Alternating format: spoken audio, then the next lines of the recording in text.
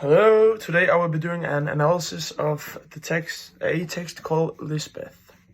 Lispeth is written in 1886 at the time of the British colony in India. The story is about a native Indian family which suffers from a bad harvest and seeks to Christianity to be baptized. The couple ends up dying and their daughter Lispeth gets raised by a chaplain's wife. Lispeth obeys the British culture and therefore dresses accordingly. Someday Lispeth goes for a walk and ends up finding an injured Englishman at the side of the road. She takes him back to the village where he's able to recover from his injuries.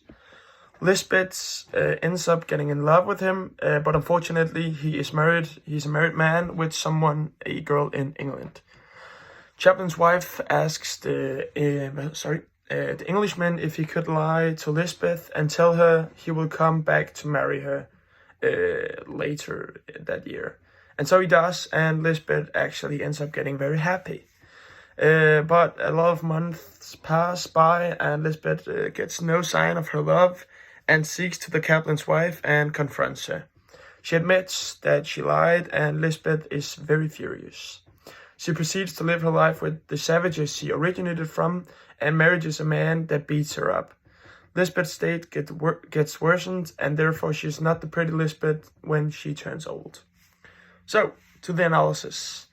The text has a few characters, the protagonist, which is Lispeth, Chaplain's wife, and the Englishman. There are also a few secondary characters, such as the man Lispeth ends up getting married, her parents, Lispeth's parents, and the chaplain. Most of the secondary characters is to build a backstory for the plot and therefore does not play a very big part of the story. Lispeth represents the native Indian culture and Chaplin's wife and the Englishman represents the English culture. Chaplin's wife is Christian, which the Englishman forced upon their culture, though she seems actually to acknowledge the fact that she is Christian. The Englishman is a missionary from England.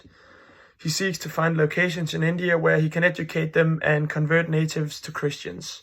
Chaplin's wife is unnamed, which suggests her status as a woman in a Christian family, and she does not have a lot to say at home. So, the setting of the story, as mentioned earlier, takes place during the British rule. It also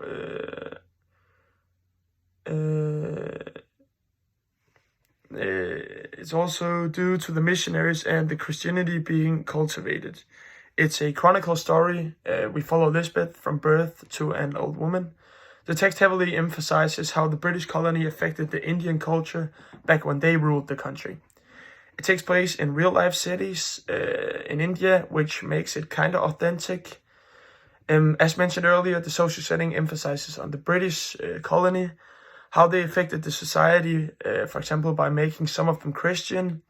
The English missionary gives the reader the impression that he's above the natives by making jokes of Lispeth wanting to marry him.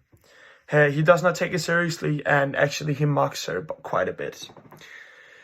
When Lispeth finds out about the lies, she associates that with Christianity and the English culture. Therefore, she takes matters in her own hands and rejects Christianity and culture and turns back to her roots, where she came from the beginning.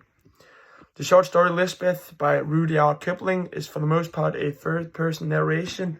The narrator is outside the story and seems to have knowledge about all the characters. The narrator's focus lies on Lispeth, but he knows other characters' thoughts as well. The narrator has a restricted view. The language of the text is actually quite simple, but he does use a lot of adjectives to describe the beauty of Lispeth. For example, lovely and beautiful.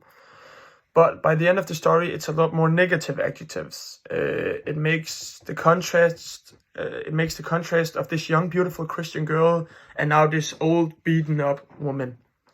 The author uses diligently metaphors to describe the setting and the characters. He compares Lispeth with a princess, and a quote-unquote from the text. So she played with Chaplin's children and took classes in the Sunday school and read all the books in the house and grew more and more beautiful like the princess in fairy tales. This is actually helping the story to be more intriguing. So, moving on, the main theme of the text is religion. At an early age, she converts to Christianity and gets baptized. At the start, she embraces her religion, but ends up abandoning Christianity due to the bad associations with lies and missionaries, which has corrupted India for a lot of years back then. The story also illuminates the class differences. The chaplain's wife does not have a name in the story, and her identity switches. Her identity is dictated by which people she's around. The message of the story is seen in the epigram at the start of the text. The author suggests that civilization and Christianity has not done anything good for the Indian culture, except dividing the Indian population into two massively different populations. Yeah, that was my analysis of Lispeth. I hope you enjoyed.